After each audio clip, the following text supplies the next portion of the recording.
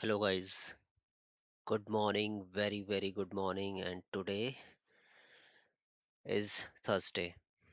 एक बड़ा ही interesting topic था, जस्ट वांटेड टू डिस्कस। मेरा इसको डिस्कस करने का सिर्फ एक ही प्राइस एक्शन के अलावा भी ऐसी बहुत सारी चीज़ें होती हैं जो आपको पता होनी चाहिए। अगर आप स्टॉक मार्केट के अंदर और कैश मार्केट में भी काम कर रहे हैं तो आपको बेसिक अंडरस्टैंडिंग ओपन इंटरेस्ट। अगर आप ओपन इंटरेस्ट के बारे में जानते हैं तो बहुत अच्छी बात है। आप कमेंट सेक्शन में थोड़ी-सी अपनी फाइंडिंग्स या अपने एक्सपीरियंस को शेयर करें और ये बहुत ही अच्छा होगा उन लोगों के लिए जो पहली बार इस चैनल पे आए हैं। और हमेशा स्टॉक मार्केट जैसी चीज़ें जहाँ पर चीज़ें बहुत ही ज़्यादा कॉम्प्लिकेटेड हैं, बहुत ही ज़्यादा विस्तृत मार्केट है ये, यहाँ पर आप समझ नहीं सकते चीज़ों को, एक आदमी सारी चीज़ों को अच्छे से नहीं समझ सकता। तो अगर आपकी कुछ भी फाइंडिंग्स हो आप कमेंट में ज़रूर लिखें कि मैंने इस चीज़ को अप्लाई किया था और मुझे ऐसे रिजल्ट मिले। तो बेसिकली मेरा आज का जो मेन टॉपिक है open interest, right. So basically what I did, मैंने सोचा कि चलो एक टॉपिक बनाते हैं ओपन इंटरेस्ट के बारे में और आपको कुछ जानकारी देने की कोशिश करूंगा मैं। तो क्या होता है एक ओपन इंटरेस्ट? अगर मैं ओपन इंटरेस्ट आपको समझाऊं तो ओपन इंटरेस्ट सिंपली कुछ नहीं है।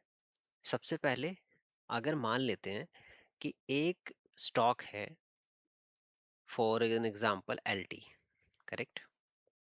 अगर एलटी एक स्टॉक है, अगर इसकी ट्रेडिंग कहाँ-कहाँ हो सकती है, राइट? आप यहाँ देख सकते हैं, जैसे ही मैं यहाँ चार्ट खोलूँगा, यहाँ चार्ट आ जाएगा और ये इक्विटी का चार्ट है।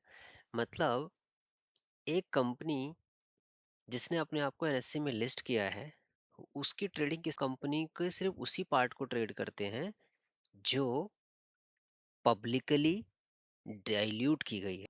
मैक्सिमम आपकी बेसिक अंडरस्टैंडिंग हो गई एक कंपनी की। आइए इसको एक विजुअल डाटा से समझते हैं, जहाँ पर आपको अच्छे से समझ में आएगा कि मैं एक्चुअली कहना क्या चाहता हूँ। तो जैसा कि आप देख सकते हैं, आपके सामने एक लार्सन टर्बो एलटीडी का शेयर होल्डिंग स्ट्रक्चर दिया हुआ है। ये शेयर होल्डिंग का पैटर्न दिया हुआ है कि आपके मतलब रिटेलर्स में 13% हैं, 12% म्यूचुअल फंड वालों ने पैसे लगाए, इंश्योरेंस कंपनी में पैसे लगाए हुए हैं, फॉरेन एफआईज में नहीं पैसे लगाए हुए हैं।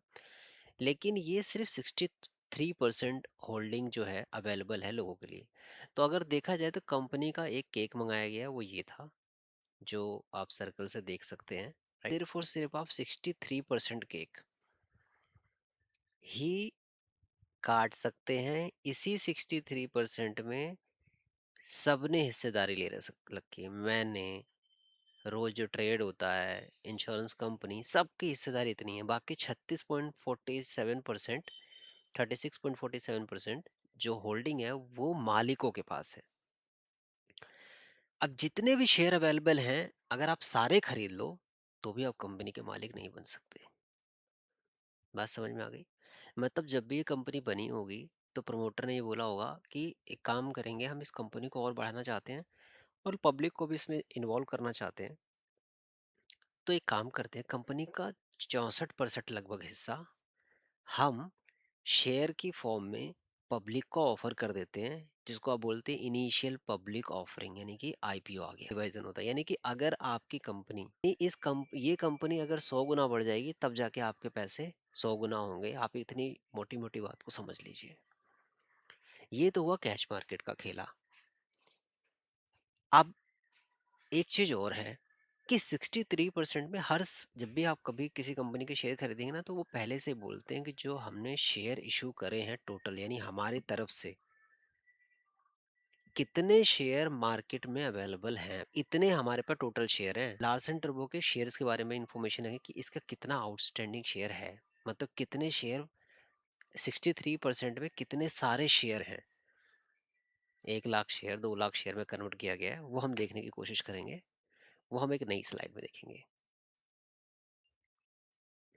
तो देखिए, लार्सन टर्बो के 1.37 बिलियन, यानी कि लगभग लगभग 130 करोड़ शेयर पब्लिकली अवेलेबल है। मतलब अगर आपको 63% इस कंपनी को खरीदना है तो लगभग लगभग इतने शेयर खरीदने पड़ेंगे। अब इतने शेयर अगर आप खरीदने जाएंगे तो आपको पता होना चाहिए वो कितने के पड़ेंगे। आज इसकी वैल्यूएशन है 5,61,629 करोड़ रुपए। इतना पैसा चाहिए अगर आप 63% वालों के पास 25% पड़े हैं, इसका 63 का। तो सबके पास थोड़ा-थोड़ा माल पड़ा हुआ है। तो ये है बेसिक शेयर बाज़ार। मतलब आप कैसे एक कंपनी के अंदर हिस्सा लेते हैं, ये बिल्कुल सिंपल चीज़ है। अब कभी भी कैश मार्केट में अगर दिखाई देता है कि मार्केट के अंदर शेयर्स की वैल्यू जो है, वो इससे ज़्यादा हो जाए, यानी 1,30,00,000 से ज़्यादा शेयर के हिसाब से मार्केट के अंदर सिर्फ़ एक, इसका मतलब है कि आप थोड़ा-सा प्रेडिक्शन करते हैं और जहाँ पर भी प्रेडिक्शन होती है वहाँ पर करेक्ट, कैश मार्केट में इससे ज़्यादा शेयर्स अवेलेबल नहीं हो सकते, मार्केट के हिसाब से, कैश मार्केट के हिसाब से। ये हुआ आपका कैश मार्केट। वहीं दूसरी ओर एक नई चीज़ आएगी, जिसको हम डेरिवेटिव मार्केट बोलते हैं, जिसको आपने सुना हो होगा, future and option. Future and option, future की बातें करी जाएंगी और जैसे ही किसी चीज़ के बारे में फ्यूचर आ जाता है, यानी भविष्य आ जाता है, सिंपल।